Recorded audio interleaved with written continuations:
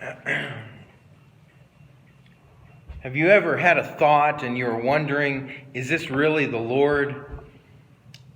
And then it seemed like everywhere you turn, like maybe a key word or a key something or another pops up. And that's the way it's been for me this week. Several weeks ago, I came to the conclusion that the title of today's message is going to be Being Contagious. The title of today's message is Being Contagious. And it's not really a word that seems to be on the tip of most people's tongues, contagious. But sure enough, this week it has popped up in several different places. This morning, just as a matter of fact, in their video that I posted on Facebook, the word contagious popped out at me. Of course, it was in a negative context from the fact of how sin and the hopelessness and the darkness is so contagious in Japan. But this morning, we're not going to focus on the darkness, but we're going to focus on the hope and the love and the outlook for the Lord, the outlook that the Lord has as being contagious. I was about 5 years old. And my entire class came down with chicken pox. What started out as one person spread through the entire class, and sure enough, the whole entire class ended up being quarantined. What started with one person, soon it spread to the entire class. The whole class became contagious, and they were afraid that the rest of the school would end up being infected with this quote-unquote epidemic of chickenpox. Contagious is defined as something that is spread from one person or an organism to another by direct or indirect contact. When I read that definition, it made me remember and recall a story that just happened not too many weeks ago at our December's Christmas Connection when we were at the Colonial Nursing Home. As we were going down the halls, we were singing the different Christmas carols, and we were loving on people and passing out gifts, and we had a great time. And Kathy, she was our little Santa Claus, and she would take the gifts into the rooms and she would pass them out and love on the people a little bit and just let them know how much God loved them. This particular story that came to mind as I read that definition is Kathy ran into one of these rooms full of excitement, just ready to give love to this lady. And I tried to say, hey, Kathy, wait. But it was too late. She was already in the room, and she was loving on this lady in the way that she could. And she came out only to see the sign that was right next to the door saying that the lady was in isolation because she was contagious of some kind of illness or something or another. She was infectious. She had some kind of communicable disease. She was contagious. Are we contagious? Are we contagious? Does what we have spread to those that we are around? Now, just to give you a little bit of peace of mind, no, Kathy did not come down with any kind of communicable disease that you know of. That you know of. No. Last week I started a new series entitled Saved and Salty. It was based out of the text from Matthew 5:13, which says, "You are the salt of the earth, but if the salt loses its saltiness, how shall it be made salty?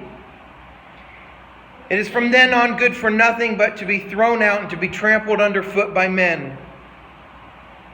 If the salt loses its saltiness." Since we, the saved, are to be salt in a very bleak and bland, hopeless world,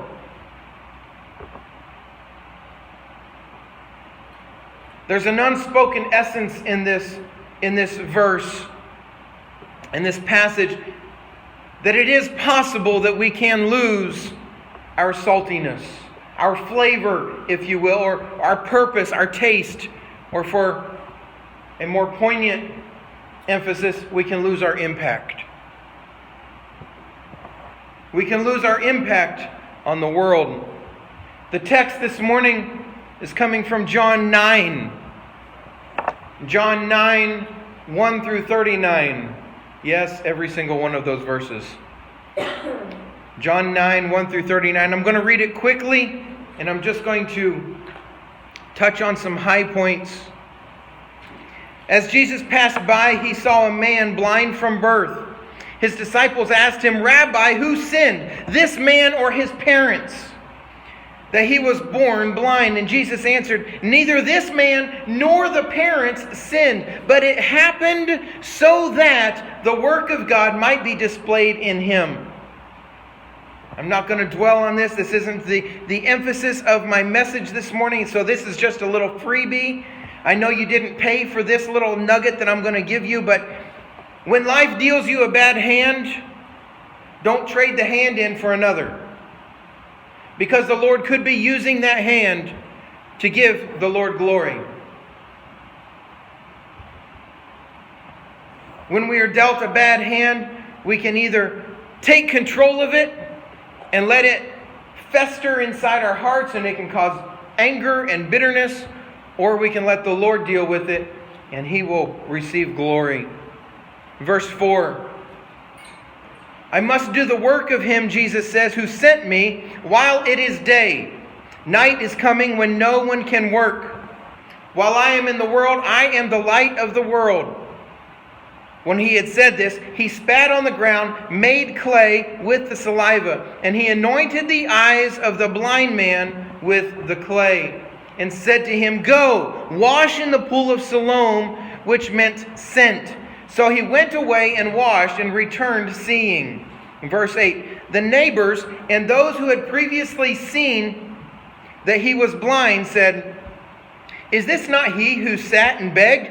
Some said, 'This is he,' and others said, 'It's like him,' but he said, jumping up and down in an excited manner, 'It's me, I am he.'" This morning, we're going to look at three steps in the progression of this blind man's transformation. Verse 10, "So they said to him, 'How were your eyes opened?' And he answered, 'A man called Jesus made clay, anointed my eyes, and said to me, "Go to the pool of Siloam and wash." So I went away, washed, and received my sight.'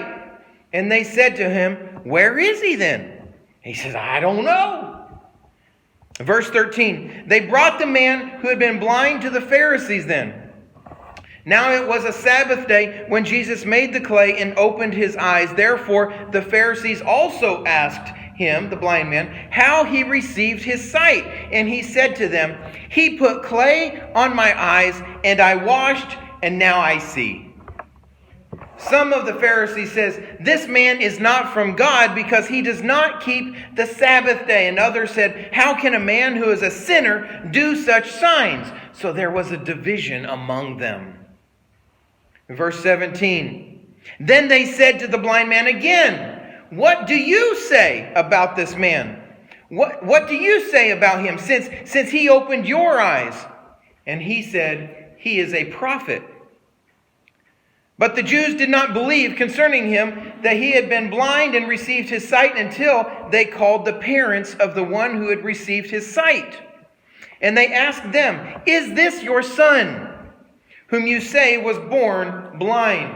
How then does he now see?' And his parents answered them, 'We know that this is our son, and that he was born blind.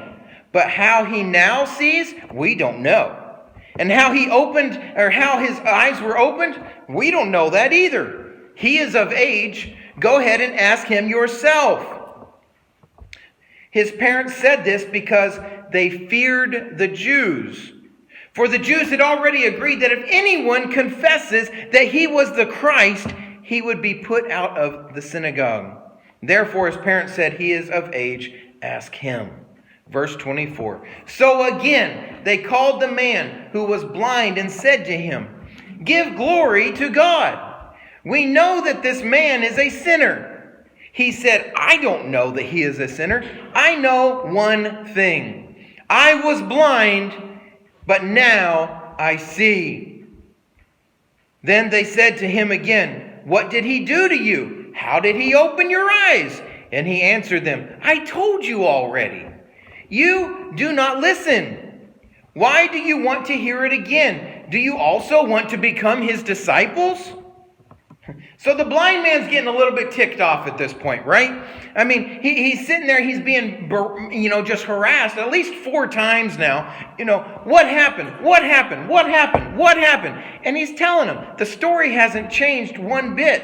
And so he continues to tell the same story, even at the risk of being kicked out of the synagogue, which is in essence the equivalent of being excommunicated. Verse 28. Then they, the Pharisees, insulted him and said, you are his disciple, but we are Moses' disciples. We know that God has spoken to Moses. As for this fellow, we don't know where he is from. And the man answered, well, here is an amazing thing. You don't know where he is from, and yet he opened my eyes. Like he's saying, who really cares if you know where he's from? He opened my eyes. Then the man answered, I already read that. No, I didn't. Yeah, I did. 31. Good, thank you. We know that God does not listen to sinners, but if anyone is a worshiper of God and does his will, he hears him. Since the world began, it has never been heard that anyone opened the eyes of someone born blind. If this man were not from God, he could do nothing. So the blind man, he can't be more clear telling his story. He says, guys, listen. It's never been done in all of history, in all of mankind. From the beginning of the world, it has never been done that anybody has ever had their eyes opened once they were blind. It has to be of God. It has to be, he says. I was born blind, but now I see. My old man was dead, but now I'm able to live. It was God. If it wasn't from God, how could any of this be possible, he told him. In verse 34 to the end. And they answered him, you were completely born in sin. Are you teaching us? Who do you think you are, right? And they threw him out. And Jesus heard that they had thrown him out. And when he had found him, he said, do you believe in the Son of God? And he answered, who is he, Lord? That I may believe in him. And Jesus said to him, you have seen him, and it is he who is speaking with you. Then he said, Lord, I believe. And he worshipped him. Verse 39, Jesus said, I came into the world for judgment, that those who do not see may see, and that those who see may become blind. This man's contagious story, the story of transformation, became an epidemic. It became epidemic. This story spread to the whole entire city. There wasn't anybody in the city, in the countryside, who had not heard how this man who was born blind was now able to see. In the physical realm, this story of how he was physically blind and was changed and being able to see spread like wildfire among the people. But a second transformation, kind of the one that happened underneath the surface, happened too. Starting in verse 10, when asked who healed him, what did he say? He says, I don't know. Some guy, some man named Jesus. Some man named Jesus. And then he began being persecuted, being called a loony, being called a fraud. He began to see that he was more, the blind man began seeing that this man, Jesus, was more than just a mere man, right? So now he's got to at least be, what does verse 17 say? He is a prophet. He's a prophet. So you can see that he started out seeing Jesus as a man. He's now seeing him as at least a good man, at least a teacher of the Lord, at least a man of God. He was a prophet. But the story doesn't end there, thankfully. The persecution, though, continues on, and we see at the end of the story with him acknowledging and believing that Jesus was the Son of God. Verses 36 through 38. So he started out thinking that this guy was just a man, just an ordinary common guy. But then as the circles started persecuting him, he started seeing, hey, this guy was more than just a man. He is a prophet. And then he started seeing, hey, he's not just a prophet. He is the Son of God. The message today is entitled, Being Contagious. In some ways, I can relate to the blind man. I'll share part of my testimony. When I was a child, you could say that I had a form of blindness. I wasn't totally blind, but I required those thick, chunky plastic glasses with those Coke bottle thick lenses. No, I really did. I know I'm a good-looking guy now. You can't imagine that. But I wasn't totally blind, but I was certainly handicapped. If you remember in previous sermons, I've also described myself as, in my childhood days, as having a large afro. Now, large to me was only about 3 inches. But hey, a large afro with thick, chunky glasses, I tell you what, I was definitely a sight. I was definitely a sight. In my high school years, though, I discovered contact lenses. Now, the contacts didn't totally fix my vision. In fact, they really only made my vision good enough to get around. I still had bad vision, but I was at least able to throw off the glasses. And I thought that I was super cool at that point, but little did I know I still wasn't. But understandably, I hated my glasses. I really did. I hated my glasses. See, I was an athletic lad, very, very well built. No, that part's false. I was just this lanky little white kid who had this funny looking hairdo and some crazy glasses strapped to his head. I hated my glasses. I hated them. I hated them because I was different from the world. I hated the limitations that the glasses gave me. I hated not being able to go swimming. I was raised in Texas, so swimming was definitely a component of my childhood life. I hated my glasses because I had to leave the glasses on the side of the pool. And then I was in the water and I couldn't see where I was at. It was definitely a Marco Polo experience for me from start to finish. Mom would say, "Hey, Jonathan, come on out of the pool. It's time to go." "Okay, Mom, I'll be right there." 10 minutes later, I'm still trying to feel for the side of the pool. Years later, though, I made a discovery. Which I literally saw the light. In 2010, I had an experience with a person who helped me see the light, literally. In 2010, I had LASIK surgery. And back then it was too experimental for insurance to pay anything, so I coughed up the money myself and I paid $1,000 for each eye. Now, whenever the subject of glasses come up, whenever the subject of contacts come up, vision, whenever somebody asks me, what's the best thing you've ever spent money on?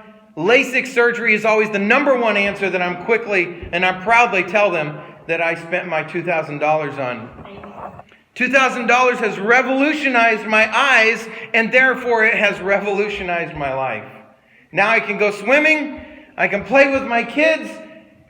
I don't play football a whole lot anymore. I might stand on the basketball court, but I don't do a whole lot of those athletic things anymore. But at the same time, now I can function freely without having to worry about where my bottle of saline solution is, where I'm going to order my contacts at, where's the tissue box so I can clean my glasses. I don't have to worry about these things anymore. It has revolutionized my life. No more squinting to see the dials on the car. No more trying to read the sign at the other side of the room. The blind man's understanding was not that just that Jesus was the Son of God. He also knew that Jesus was the one who changed his life. We don't know a whole lot about the blind man other than he was blind and he was obviously a beggar. But besides that, we don't know a whole lot about him.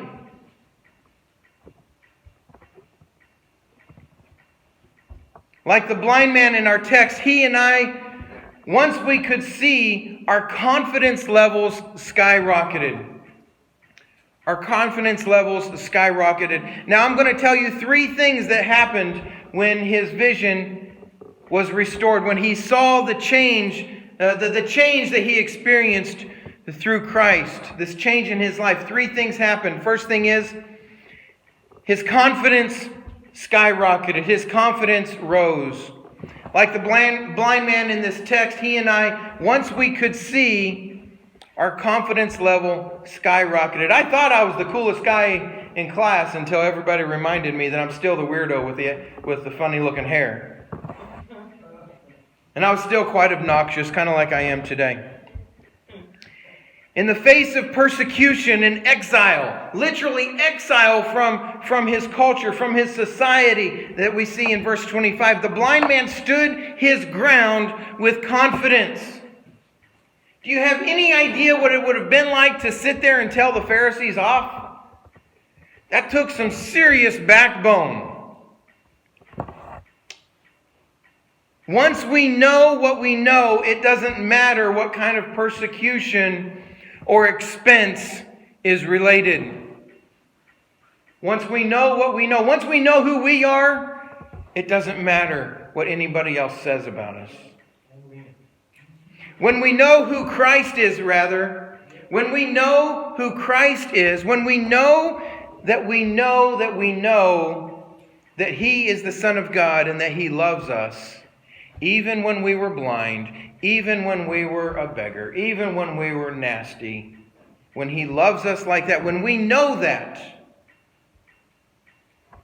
when we're fully certain, it elevates our ability to trust in Him, and our confidence level rises. It will soar. That's point number 1. Our confidence rises. But that Christ-based confidence is not enough. Once we truly know how He has changed our lives, point number 2 is that we will willingly conform. We will willingly conform. Verse 38 says that the blind man believed, and when he had worshipped the Lord, he believed and then he worshipped.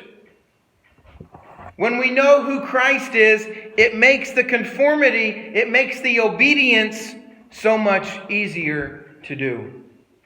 And no longer is it obeying a list of rules, so to speak, as you hear the naysayer talk about Christianity. It's no longer obeying a list of rules, but now it is a matter of doing this because we just love Him.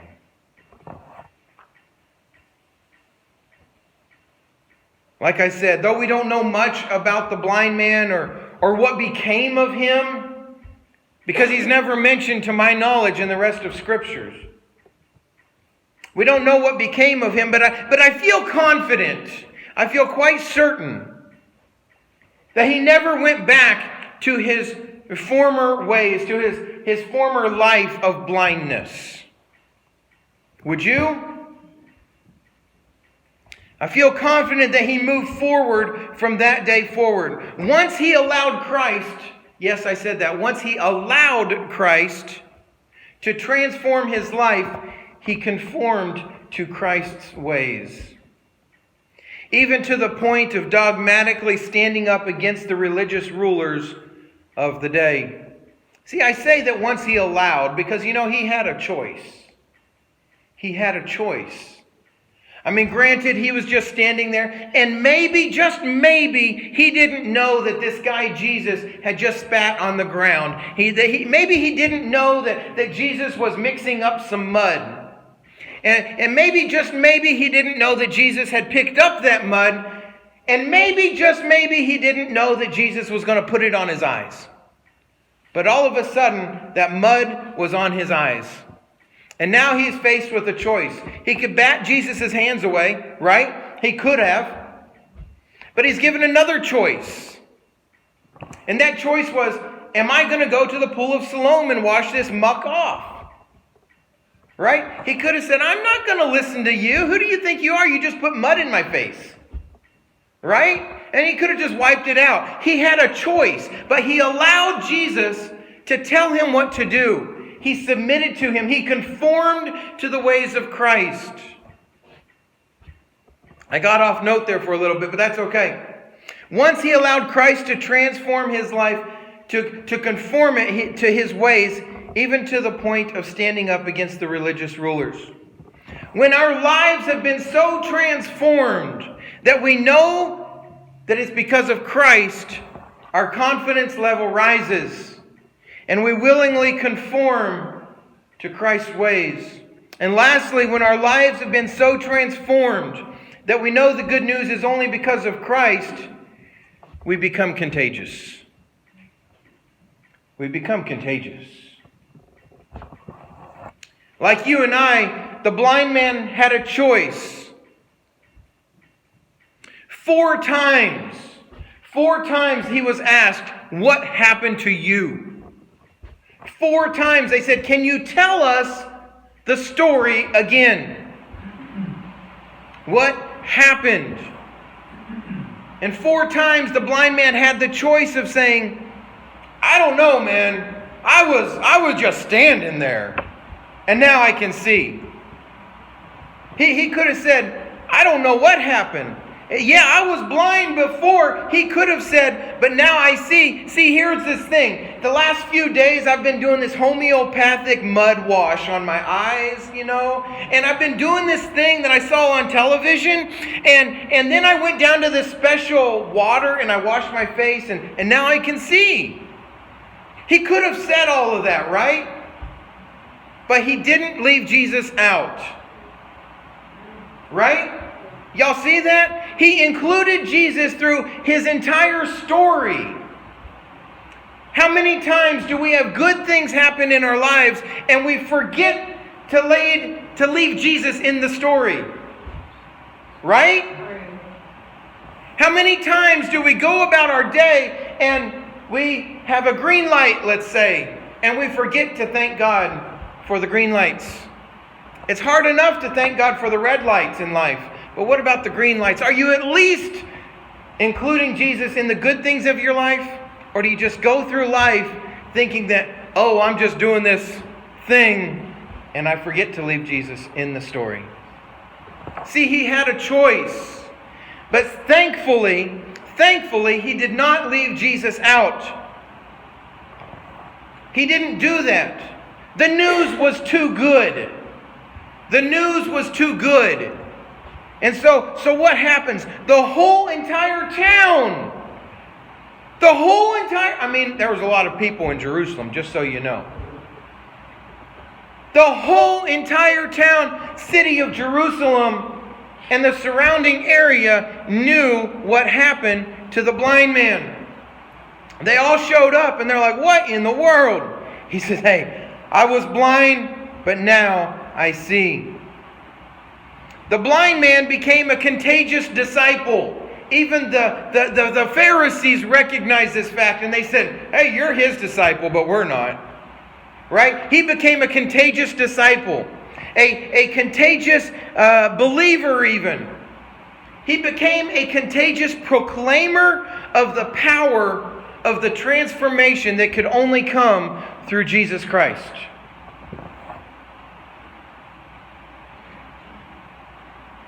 When we have been transformed and we know that it's because of Christ, our confidence rises. We willingly conform to his ways and we become contagious like Christ. Confidence, conform, contagious. Confidence, conform, and contagious. Spreading His good news and love with all we come in contact with.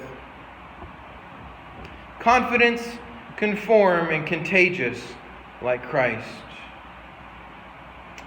Like my story of how my life was transformed due to my being willing to spend $2,000 on LASIK surgery, I quickly tell anybody that story who asks me anything about glasses, vision, contacts, investments. It's always the first thing on the tip of my tongue. In the spirit of Matthew 5:13 about being salty, are you impacting the world around you?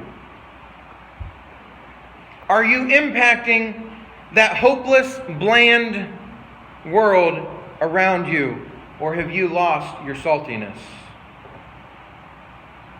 Are you a contagious disciple? Are you a contagious believer? Do you share the good news of your life? Are you contagious? Are you a contagious proclaimer of the power of transformation that only comes from Christ? Those who have been impacted by Christ are going to impact the world around them. It reminds me of those who have survived cancer. Those who have survived cancer. It seems like the survivors of cancer are the loudest proponents of the fight against cancer. Have you ever noticed that? Somebody who has not survived cancer, or somebody who's not been affected by cancer, it seems like they don't talk anything about it, it seems like. But those who have survived cancer, those who have been affected by that nasty disease, they will be the first ones to wear a pink ribbon, even if they're a guy.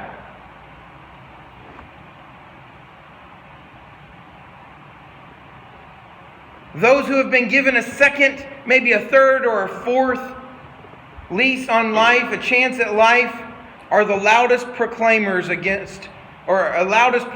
for the fight against cancer. Their passion is contagious. Those that have been given a second chance at life are the loudest proclaimers of the good news. Their passion, their confidence, their obedience is contagious. I'd like to invite everybody to stand with me.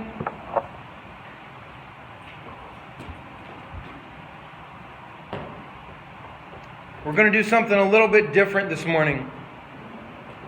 You know how I like to do different things every once in a while?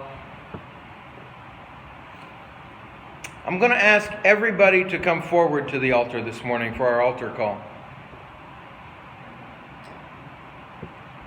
Everybody come forward this morning. Don't everybody move at once. We're practicing that whole obedience thing, okay? Yeah. Now you're within spitting range. So here in just a second, we're going to pray.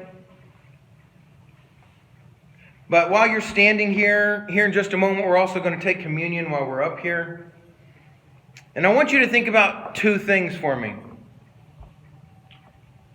Two things. Number one, I want you to think about, what did Jesus do for you on Calvary? What did He do for you? And then second, I want you to ask yourself, what do we do for Him? Are we contagious believers?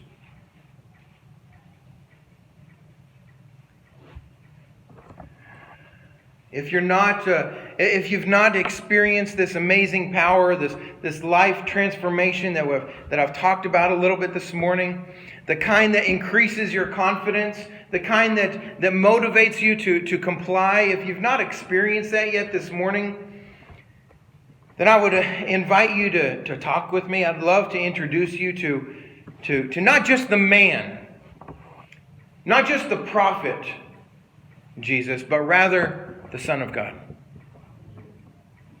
Because he really is somebody who can change your life for an amazing difference. So,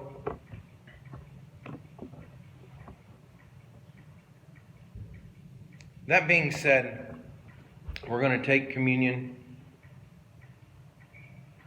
But before we do, I just want you to just take a few seconds, a few moments. Think about what Jesus did on the cross for you personally. And then ask yourselves, what do I do? What am I willing to do? Does the goodness, that's that last song that we sang, does the goodness of God motivate you to lay down your life?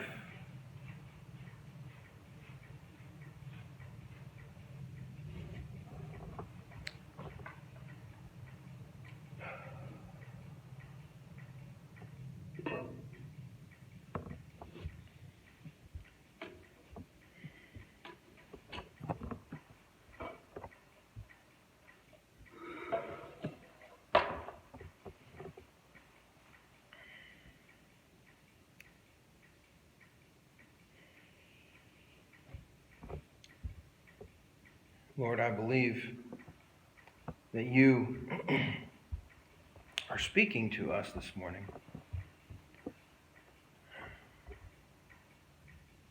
I believe, Lord God, that you are tapping some of us on the shoulders. I believe, Lord, that you have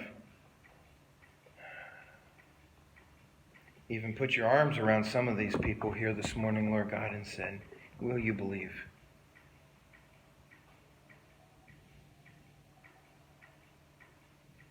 Like you asked the blind man, do you believe? And he says, well, who is the Son of God? He says, I am. Lord, I believe that conversation is going on and has been going on in some of the hearts and minds of people here in front of me this morning.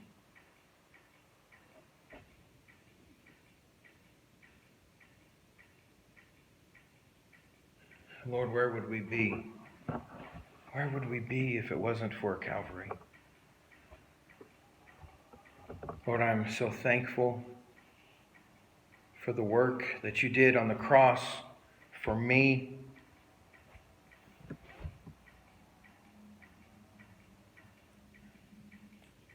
Lord, I pray, God, that we can understand, Lord, what it is that you did for us.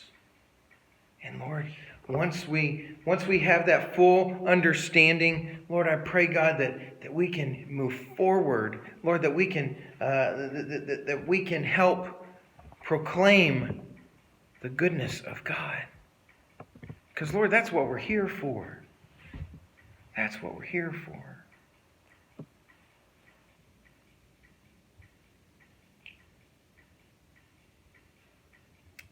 Thank you, Lord. In Jesus' name I pray.